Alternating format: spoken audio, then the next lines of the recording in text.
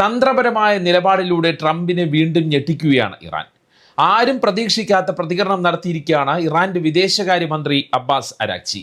സൗദിയും തുർക്കിയും പാകിസ്ഥാനും ഒപ്പുവെച്ച മക്ക പ്രതിരോധ കരാറിനെ പിന്തുണച്ചുകൊണ്ട് രംഗത്ത് വന്നിരിക്കുകയാണ് അരാക്ചി. ഇത് ഇറാനെതിരെയുള്ള കരാറാണ് എന്ന പൊതു വിലയിരുത്തലിനെ തെറ്റിച്ച് മറ്റൊരു നറേറ്റീവ് മുന്നോട്ട് വയ്ക്കുകയാണ് അരാക്ചി. അതിലൂടെ അമേരിക്കയെയും ഇസ്രയേലിനെയും കൺഫ്യൂഷനിലാക്കുകയാണ് അരാക്ചി.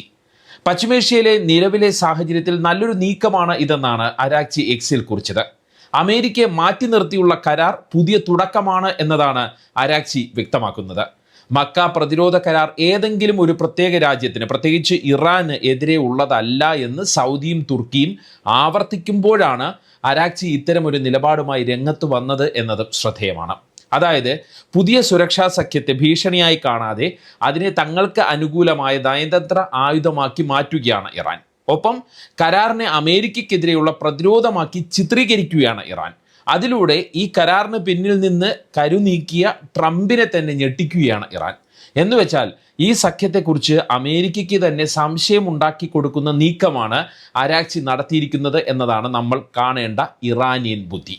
അല്ലെങ്കിൽ തന്നെ ഇത് തങ്ങൾക്കെതിരായ നീക്കമാണ് എന്നാണ് ഇസ്രയേൽ വിശ്വസിക്കുന്നത്. ഇങ്ങനെ അരാക്ചിയുടെ പ്രസ്താവനയിലൂടെ 3 കാര്യങ്ങളാണ് ഇറാൻ ലക്ഷ്യമിടുന്നത്. അതിനെക്കുറിച്ച് വിശദമായി പറയാനാണ് ഈ വീഡിയോയുമായി വന്നത്. വാർത്തകളുടെ ഉള്ളറിയാം.